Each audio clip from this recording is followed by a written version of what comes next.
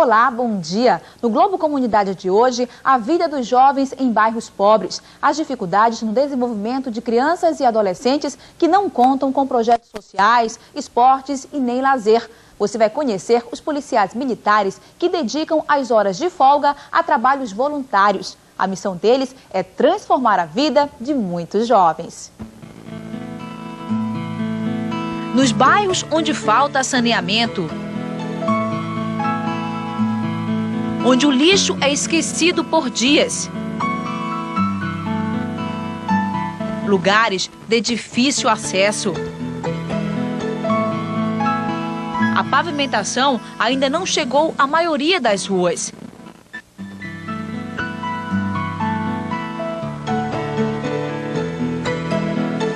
É a realidade da periferia.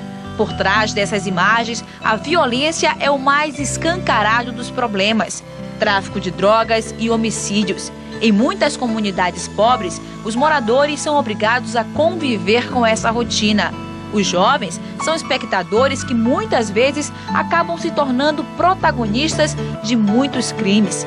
Crianças e adolescentes carentes de lazer e ocupação passam a enxergar toda essa violência de um ângulo perigoso. A criança, ela faz o quê? De acordo com aquilo que ela está vivenciando, de acordo com aquilo que ela está vivendo, com as experiências que ela está passando, ela vai pegando aquilo como um modelo para a vida dela e vai estruturando aquelas experiências como sendo verdades até absolutas. Então, assim, se ele tem um modelo, por exemplo, de violência, se tem um modelo de delinquência ou se tem um modelo de equilíbrio, então aquilo vai fazer parte da experiência dele e ele vai poder, dentro daquele padrão, dentro daquele modelo, estar passando essa experiência adiante na vida dele. Segundo a psicóloga Enidia Acosta, crianças precisam de disciplina e orientação. O papel é dos pais, mas em comunidades pobres, a maioria das famílias não tem um convívio que satisfaça essa necessidade. Existe uma grande dificuldade, existe uma coisa chamada sobrevivência que é preciso ser realizada. Então, assim, é preciso ter o alimento à mesa e de qualquer maneira. Então, assim, o homem ele fica mais ausente e as atividades dele são outras, por exemplo, de encanador, de eletricista, de fazer o que for para estar trazendo esse alimento para dentro de casa. Mas assim, na grande maioria as mulheres estão sozinhas, sem um companheiro, sem ter quem traga esse alimento dentro de casa. E ela sozinha, atualmente 60%, 80%.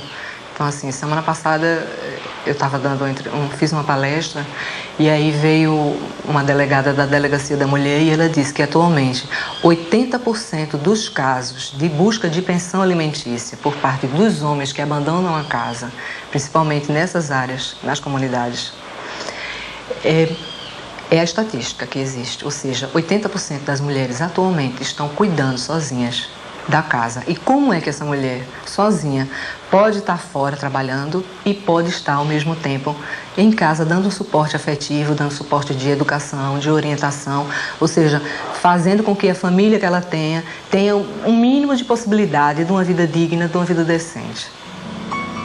Crianças sozinhas em casa e perdidas na educação. Se perdem porque não existem aquela pessoa, não existe a pessoa para estar cumprindo esse papel, essa função, né? A função de dar os limites, porque aí a transgressão ela passa justamente pela necessidade de se colocar limites. Então, crianças que ficam sozinhas, o mais velho cuidando do mais novo, quando o mais velho tem 7 anos e o mais novo tem 4, e depois tem um com 2 e depois tem um com meses, e aí o mais velho, com 10 anos, vai ter que cuidar de toda uma comunidade dentro da própria casa. Como é que passa essa noção de limite para uma criança que para ela mesma esse limite lhe falta? Aí o que é que acontece na realidade é que existe uma permissividade. Por quê? Porque ela acredita que já que ela está responsável por aqueles irmãos menores, ela pode estar fazendo o que ela entender que deve ser feito. E nem sempre ele coloca limite porque ele próprio não teve limites. No bairro de Sítio Novo, Lauro Talhaferro, pai de 2 filhos, não se conformou com a falta de oportunidades às crianças da comunidade.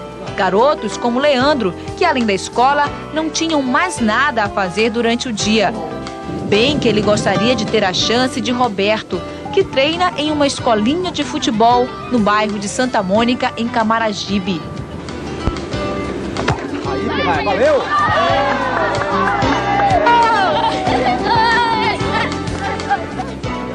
No mesmo município, a poesia é a descoberta de adolescentes de uma escola pública. Vem fevereiro, faz o carnaval, esquece a fome e sai a pular. Mas na quarta-feira, tudo termina, só lhe restando as cinzas para lamentar. Diversos cenários transformados por trabalhos voluntários.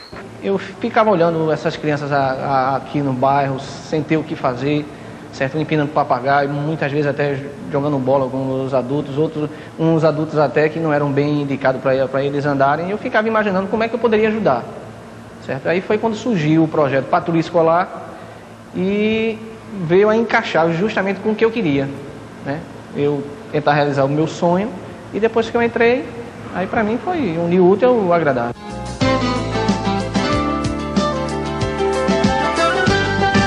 Os projetos que estão mudando a vida de crianças e adolescentes em bairros pobres do Recife e interior é o que você vai ver a seguir. Quem está à frente desse trabalho, 150 policiais militares do estado trabalham na patrulha escolar. Em vez das ruas, estão nas escolas públicas realizando um trabalho preventivo contra a violência. Muitos desses policiais perceberam que precisavam fazer mais pelos estudantes. Com criatividade e principalmente boa vontade, eles conseguem acrescentar algo de novo na vida dos jovens. Do alto da casa em que mora, Lauro Talhaferro tem a exata dimensão do lugar onde vive. No bairro de Sítio Novo, em Olinda, a pobreza deixa jovens sem opções de lazer. Os 2 filhos de Lauro estavam entre eles. E foi por causa dos meninos que Lauro teve a ideia de criar um projeto social. Na escola Clídio de Lima Nigro, em Sítio Novo, Lauro é o soldado Talhaferro. Trabalha na patrulha escolar. A missão é evitar o comércio de drogas dentro do colégio e a violência também.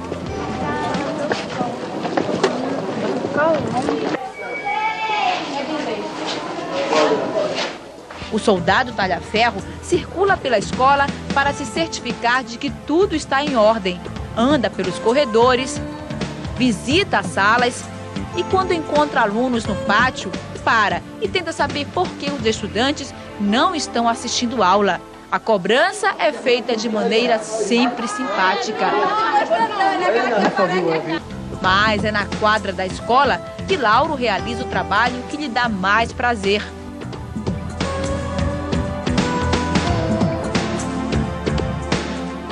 Ainda de farda, depois do horário de trabalho e também nos dias de folga, o soldado reúne os garotos da escola e da comunidade em uma escolinha de futebol.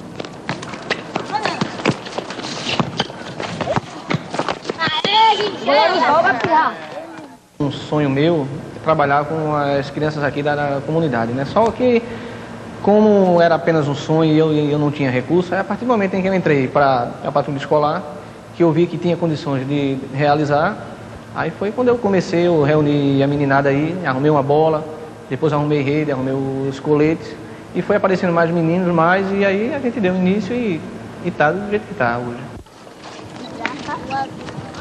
Futebol, nada poderia ser mais atrativo para os garotos. Os dias de treino são aguardados com ansiedade. É bom, né? Porque quando chega do colégio tem que ter algum lazer. Aí melhor do que ficar na rua é vir para cá para jogar futebol. Quando Leandro calça a chuteira para ir à escola, Dona Janaína já sabe, o filho vai chegar mais tarde em casa. É dia de treino, um alívio para a mãe. Leandro, ele vivia muito na rua brincando com os meninos e eu não sabia, tinha dia que eu não sabia onde ele estava e hoje em dia eu sei para onde ele vai, aonde ele está, porque todo momento que ele sai, ele avisa que vai pro projeto e eu sei o que, estando no projeto, está em boas mãos, né? Era na rua que Leandro jogava futebol. Sempre sonhou em treinar para valer. A oportunidade foi dada por quem ele menos esperava. Qual a imagem você tinha da polícia, do policial militar? Várias. Como por exemplo? Por exemplo, que ele pudesse ajudar a pessoa, mas eu não esperava que ele podia ajudar a gente na escolinha de futebol. Leandro vai a pé para a escola. Na sala de aula, o desempenho melhorou depois que começou a treinar. É que para fazer parte da escolinha, há uma exigência. Para participar da minha escolinha de futebol, eles têm que ter boas notas, tem que estar frequentando a escola. Então, aquele aluno que não tiver com boas notas, aí eu afasto ele por um certo tempo. E depois que ele volta a frequentar a escola e a ter boas notas, ele retorna de novo para a escolinha de futebol. Na quadra, Leandro não decepciona.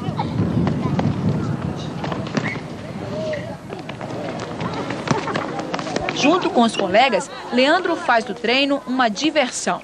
Aqui, eles têm sempre com quem festejar as vitórias e dividir as derrotas. Aprendem o valor da amizade. Muitos deles nem se conheciam, hoje já são amigos do mesmo bairro. Coordenador da escolinha, árbitro, treinador. Chega, vai! Como se tudo isso não bastasse, o soldado talha-ferro ainda arrumou mais uma função na escola. Depois do treino, os meninos têm direito a uma sessão relaxamento. O auditório da escola vira sala de cinema. A luz se apaga e as gargalhadas ecoam na sala.